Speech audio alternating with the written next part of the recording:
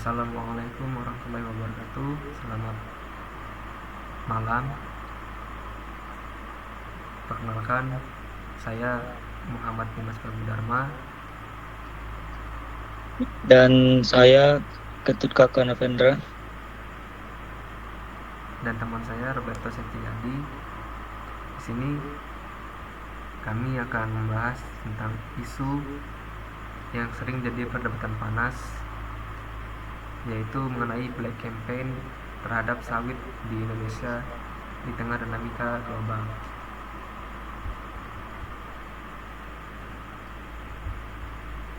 Lanjut latar belakangnya. Mari kita lihat fundamentalnya. Per Mei 2026, industri sawit bukan lagi sekedar komoditas. Ia telah berevolusi menjadi tulang punggung stabilitas makroekonomi Indonesia. Sektor ini menyerap lebih dari 16 juta tenaga kerja, baik secara langsung maupun tidak langsung. Dalam perspektif teknik dan ekonomi, sawit menyumbang kontribusi signifikan terhadap PDB nasional.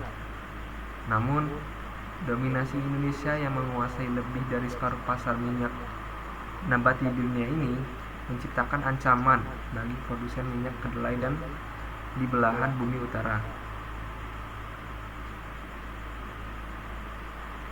Inilah pemicu utama mengapa sawit Indonesia terus menjadi target serangan informasi, karena secara efisiensi sawit tidak tertandingi oleh tanaman minyak nabati manapun. Jadi Indonesia ini dia sebagai penyokong minyak nabati dari sawit terbesar di dunia per 2023 ya datanya.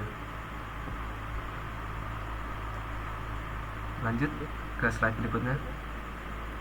Nah, tekanan geopolitik global. Tahun 2026 adalah tahun kedaulatan energi bagi Indonesia dengan implementasi penuh B50. Secara teknis, ini adalah pencapaian rekayasa bioenergi yang luar biasa, di mana kita berhasil mencampurkan 50% unsur nabati ke dalam bahan bakar mesin secara jangka panjang.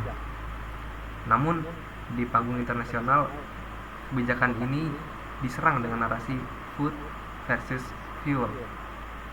Para aktor kampanye hitam mengklaim bahwa konsumsi domestik Indonesia untuk energi akan menyebabkan kelangkaan suplai pangan global dan memicu pembukaan lahan baru. Padahal melalui intensifikasi dan teknologi benih unggul, kita mampu meningkatkan yield tanpa harus menambah luas area. Ya, silakan lanjut.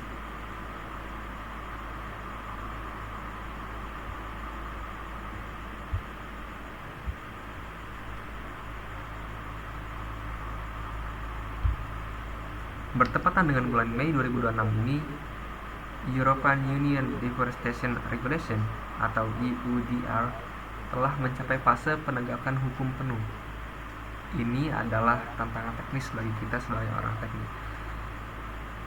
Uni Eropa menuntut bukti traceability digital, di mana setiap tetes minyak sawit harus bisa dilacak hingga ke titik koordinat lahan asal.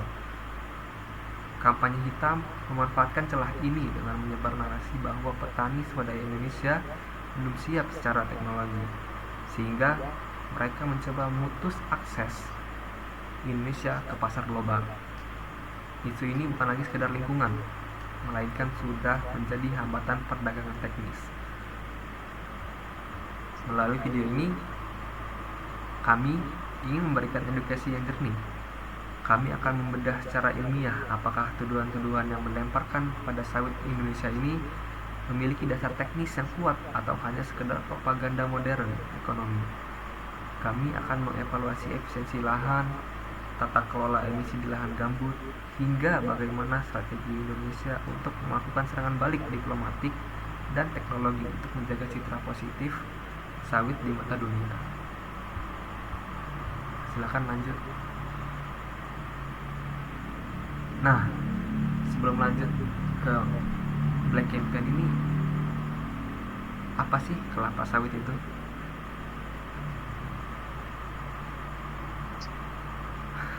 Mari kita bedah secara teknis mengapa tanaman ini menjadi primadona di Indonesia sekaligus kontroversi.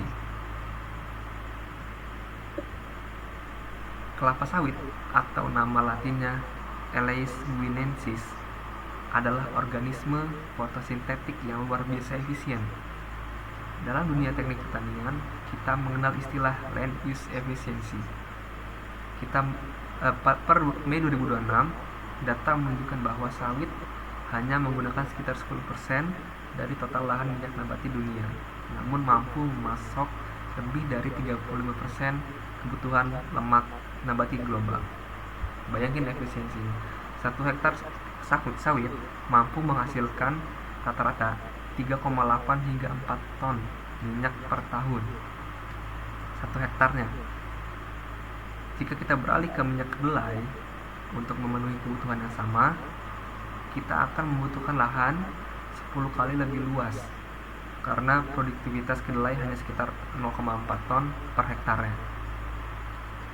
Secara matematis, mengganti sawit dengan tanaman lain justru akan memicu malapetaka lingkungan berupa deforestasi global yang jauh lebih masif di benua lain.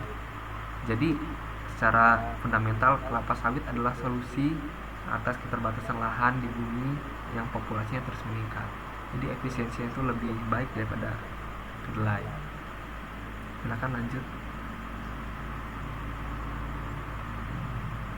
Nah, baru kita lanjut ke slide ke-7, yaitu apa sih itu Black Campaign. Dalam studi komunikasi massa dan ekonomi politik, kampanye hitam atau Black Campaign adalah upaya sistematis untuk mendegradasi nilai suatu komoditas melalui disinformasi. Di era digital 2006 ini, kampanye hitam tidak lagi kasar, melainkan sangat halus melalui algoritma media sosial seperti ajakan-ajakan, propaganda, dan mencari celah-celah yang kecil. Kampanye ini sering menggunakan teknik cherry picking, di mana mereka mengambil satu kasus kegagalan tata kelola di satu perkebunan kecil, lalu menjadikannya representasi dari seluruh industri sawit di Indonesia. Tujuannya bukan untuk memperbaiki lingkungan, melainkan untuk menciptakan hambatan perdagangan psikologis agar konsumen di negara maju merasa bersalah saat mengonsumsi produk sawit tersebut. Ini adalah bentuk proteksionisme ekonomi yang dibungkus dengan narasi etika, yaitu Black Campaign. Nah, itu Black Campaign. Silakan lanjut slide 8. Berikutnya. Selanjutnya.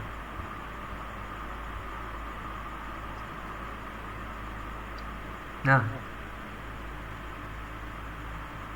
seperti yang tadi dibicarakan, isu-isu utama itu ada deforestasi, tuduhan ekspansi lahan ilegal di kawasan lindung dan gambut yang katanya masih berlanjut. Lalu ada biodiversitas, ekspektasi isu habitat satwa endemik untuk memicu boikot konsumen global. Lalu yang ketiga ada hak asasi manusia. Narasi kerja paksa, upah tidak layak. Nah, itu biasanya di negara-negara berkembang seperti Indonesia ini gampang untuk diangkat isunya ini. Jadi ini ya 3 isu utama yang dipakai untuk Black Campaign, terutama di Saudi. Baik, berikutnya.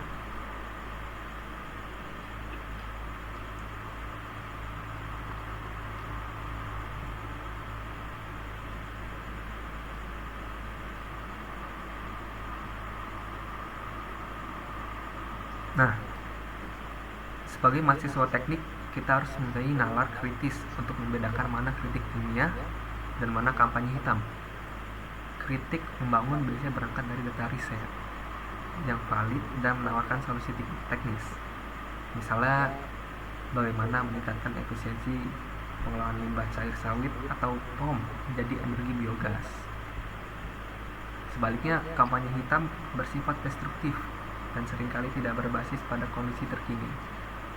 Mereka mungkin menunjukkan visual kebakaran hutan yang terjadi 10 tahun yang lalu atau tahun-tahun yang sebelumnya untuk menyerang kebijakan di tahun sekarang 2026 ini. Mereka mengabaikan fakta bahwa industri sawit kita telah mengalami transformasi digital dan keberlanjutan yang sangat pesat. Singkatnya, kritik membangun ingin industri ini lebih baik, sementara kampanye hitam itu ingin industri komoditas ini tuh mati total. Nah, deforestasi. Isu deforestasi adalah senjata paling tajam dalam kampanye hitam. Mari kita lihat faktanya per Mei 2026. Pemerintah Indonesia telah menerapkan moratorium permanen pembukaan hutan alam primer. Nah, berdasarkan data pantauan satelit terbaru, angka deforestasi di Indonesia justru mencapai titik terendah dalam beberapa dekade terakhir. Nah, ini sesuai fakta dari yang diisukan oleh kampanye hitam. Banyak perkebunan sawit saat ini justru menjadi garda terdepan dalam konservasi melalui koridor satwa dan kawasan HCV, High Conservation Value. Di dalam area konsesi perusahaan terdapat ribuan hektar hutan yang sengaja tidak ditanam untuk menjaga keanekaragaman hayati. Jadi narasi bahwa setiap jengkal kebun sawit adalah hasil babat hutan, hasil penggundulan hutan secara masif, secara ilegal, adalah sebuah kebohongan publik yang tidak relevan lagi dengan regulasi ketat yang berlaku saat ini. Jadi pemerintah global secara kerjasama bahwa hal-hal seperti ini tuh udah nggak berlaku lagi, karena sekarang itu udah digitalisasi, udah modernisasi, tidak lagi seperti yang dulu.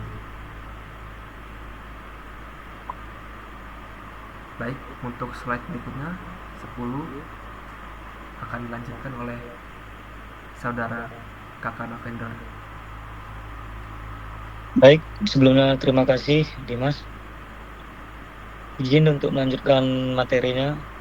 Jadi pada slide ini ada beberapa isu utama, yaitu emisi gas rumah kaca dan lahan gambut.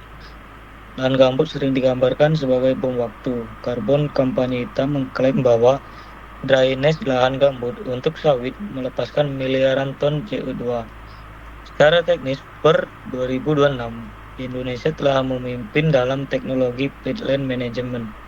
Kita menerapkan sistem tata kelola air mikro atau disebut microwater management yang menjaga agar lahan gambut tetap basah pada level tertentu sehingga oksidasi karbon dapat diminimalisir. Kita juga menggunakan stasiun pemantau tinggi muka air otomatis yang terintegrasi dengan satelit. Artinya, pemanfaatan gambut untuk sawit kini dilakukan dengan pendekatan sains yang sangat presisi. Kampanye hitam seringkali mengabaikan fakta teknis ini dan terus menggunakan narasi usang pada tahun 90-an guna untuk menyudutkan praktik industri modern kita yang jauh lebih ramah iklim. Baik, selanjutnya itu ada penggunaan pestisida dan pencemaran air. Tuduhan pencemaran air akibat pestisida kimia juga sering dilebih-lebihkan. Perlu kami jelaskan dalam video ini bahwa industri sawit pada 2026 telah bergeser ke arah bioagrikultur, di mana penggunaan bahan kimia sintetis ditekan melalui pengendalian hama terpadu. Misalnya untuk mengendalikan populasi tikus, perkebunan menggunakan predator alami seperti burung hantu secara masif. Kemudian untuk hama ulat, kita menanam tanaman refugia yang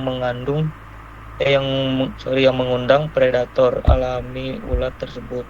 Selain itu, limbah cair sawit atau POME tidak lagi dibuang ke sungai, melainkan diolah kembali melalui instalasi pengolahan limbah yang canggih untuk dijadikan pupuk cair organik atau diubah menjadi energi listrik. Ini adalah model ekonomi sirkuler yang jarang diekspos oleh para aktor kampanye hitam ini. Oke, yang selanjutnya itu ada pelanggaran hak asasi manusia atau HAM. Dari sisi sosial, isu pekerja anak dan kerja paksa sering digunakan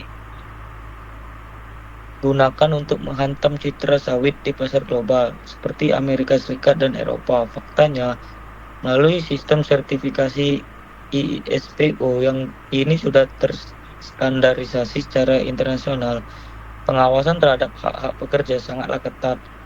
Perusahaan sawit di Indonesia merupakan salah satu penyedia fasilitas sosial terbaik di daerah terpencil.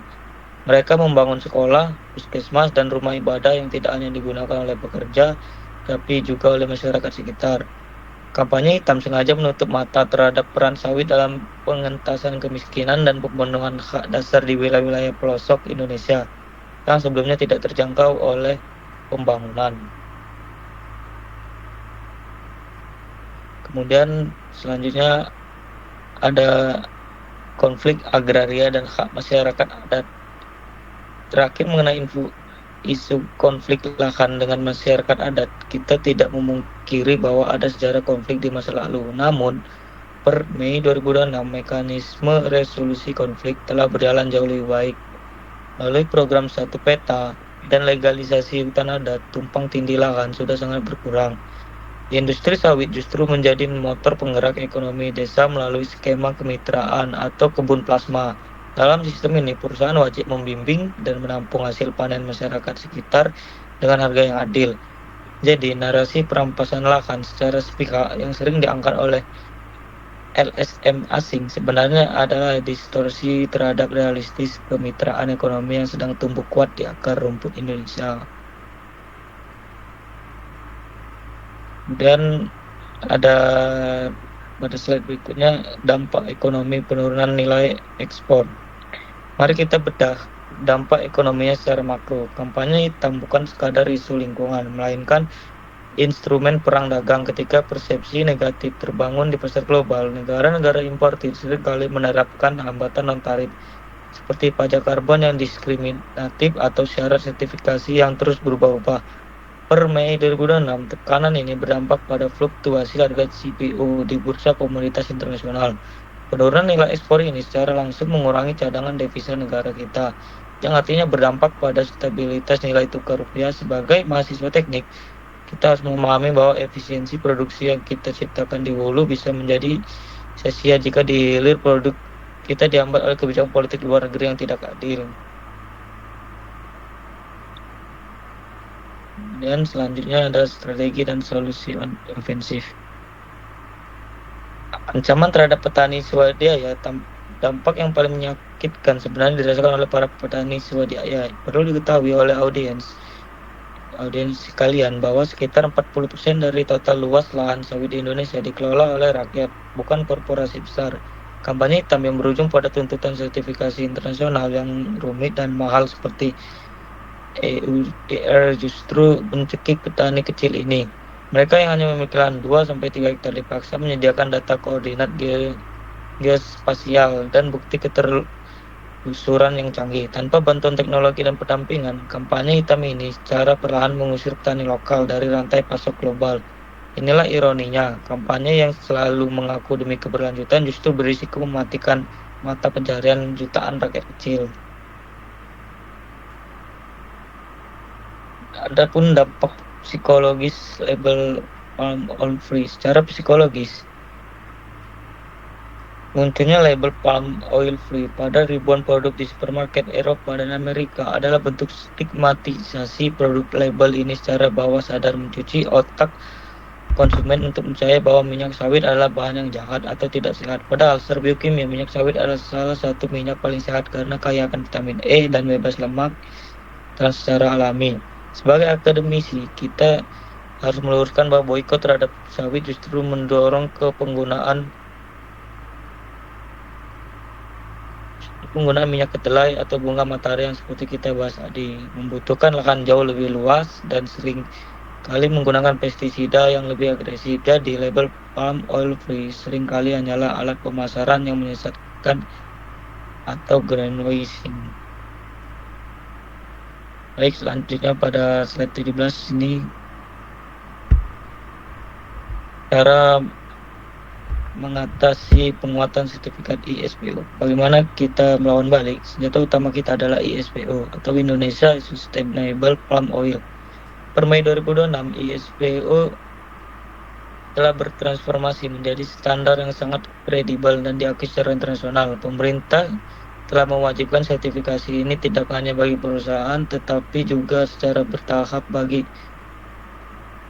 petani swadaya melalui pendampingan intensif. ISPO adalah bukti kedaulatan kita, menetapkan standar keberlanjutan yang sesuai dengan kondisi geografi, hukum, dan sosial Indonesia.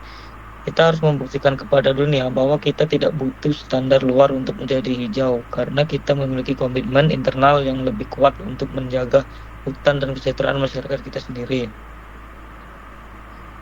Selanjutnya ada strategi diplomasi sawit ofensif. Secara diplomasi, Indonesia kini tidak lagi hanya bersikap defensif. Melalui CPOPC atau Council of Palm Oil Producing Countries, Indonesia dan Malaysia melakukan lobby-lobby tingkat tinggi untuk menuntut keadilan dagang di World Trade Organization atau WTO. Kita menantang negara-negara barat untuk membuktikan konsistensi lingkungan mereka. Kita mendesak adanya standar audit yang sama untuk semua minyak nabati.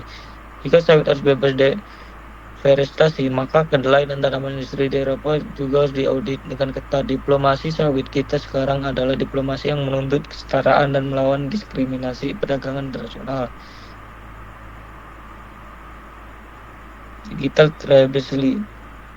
Ini adalah solusi teknis yang menjadi kebanggaan kita per 2026. Indonesia telah mengintegrasi data satelit resolusi tinggi dengan teknologi blockchain dalam sistem dashboard sawit nasional. Setiap truk pengangkut buah sawit atau TBS memiliki identitas digital yang mencatat dari lahan mana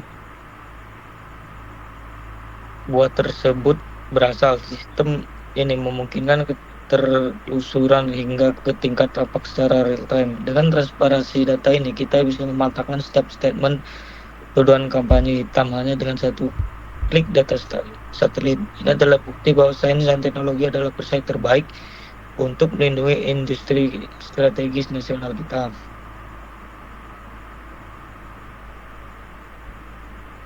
Kemudian strategi terakhir adalah kemandirian pasar. Kita tidak boleh membiarkan kedaulatan ekonomi kita ditentukan oleh selera pasar Eropa. Dengan program mandatori B50, kita menyerap minyak sawit dalam jumlah besar untuk energi dalam negeri, mengurangi ketergantungan ekspor mentah. Selain itu, kita mempercepat hilirisasi menjadi produk jadi dengan kosmetik, farmasi, dan bahan pangan olahan. Kita juga mulai memindahkan fokus ekspor ke pasar-pasar non-tradisional yang lebih kooperatif di Asia Selatan, Afrika, dan Timur Tengah. Diversifikasi ini membuat industri sawit Indonesia jauh lebih tangguh terhadap guncangan akibat kampanye hitam di negara-negara tertentu.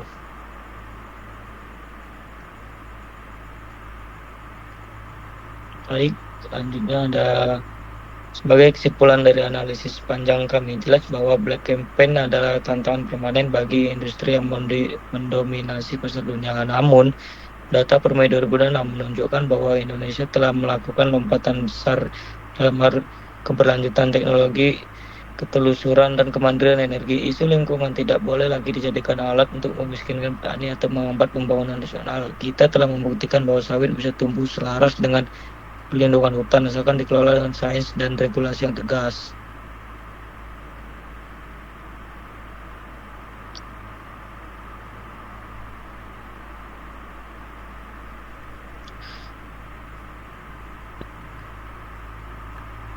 Baik, sebagai sisi penutup, saya kembalikan lagi kepada Dimas. Baik, terima kasih saudara kakak. Ya, seperti yang dijelaskan oleh saudara kakak tadi, bahwa menjelaskan tentang strategi, lalu ancaman-ancamannya, dan bagaimana cara kita memperbaiki ancaman-ancaman yang dilakukan oleh negara-negara lain tersebut. Jadi benar sesuai kata saudara kakak tadi, jelas bahwa Black Campaign adalah tantangan permanen bagi industri komoditas sawit Indonesia. Tapi mulai sekarang kita menunjukkan bahwa Indonesia telah melakukan hal lompatan besar, baik itu dalam hal keberlanjutan, teknologi, ketertelusuran, dan kemandirian energi. Jadi isu lingkungan itu udah nggak bisa lah dijadikan alat untuk memiskinkan petani dan warga-warga Indonesia. Jadi kita telah membuktikan bahwa sawit bisa tumbuh selaras dengan perlindungan hutan, asalkan dikelola dengan sains dan regulasi yang tegas. Mau bagaimanapun juga, sebaik apapun regulasi dan pemerintah tersebut, kalau masih ada tikus-tikus berdasi, maka tetap saja tidak akan jadi lebih baik. Nah, mungkin penjelasan dari kami ada yang kurang atau tidak jelas. Jadi kami menyadari bahwa topik ini sangat luas dan mungkin memancing banyak opini juga dari kami. Jadi mungkin bagi yang melihat video ini bisa bertanya di kolom komentar tentang Black Campaign sawit ini. Baik, sampai segini saja yang bisa kami sampaikan. Saya Muhammad Dimas Prabodharma Dan saya Ketika Kanavendra. dan teman saya Roberto Setiadi mengucapkan terima kasih atas perhatian dan viewer yang menonton video ini, baik itu ibu dosen atau bapak dosen atau teman-teman yang lain. Mari kita menjadi generasi yang kritis terhadap informasi dan bangga pada karya serta kedaulatan bangsa. Jangan jadi warga yang mengikuti apa aja yang ada di sosial media ya, atau FOMO yang negatif, sehingga mengakibatkan Indonesia hancur 2030. Hal itu tidak boleh terjadi. Yang harus terjadi adalah Indonesia emas tahun 2045. Strategi Indonesia untuk menjadi ekonomi global menyaingi Amerika dan Cina.